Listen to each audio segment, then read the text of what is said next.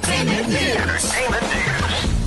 Nabulabog ang pageant community sa sunod-sunod na resignation ng mga nagwagi sa US pageants matapos kasing mag-resign ni Miss USA.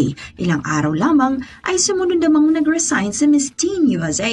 Sa Instagram post, inihayag ni Miss Teen USA 2023 Almost Sofia Shrivastava na hindi naka-align ang kanyang personal values sa tinatahak na direksyon ng pageant organization.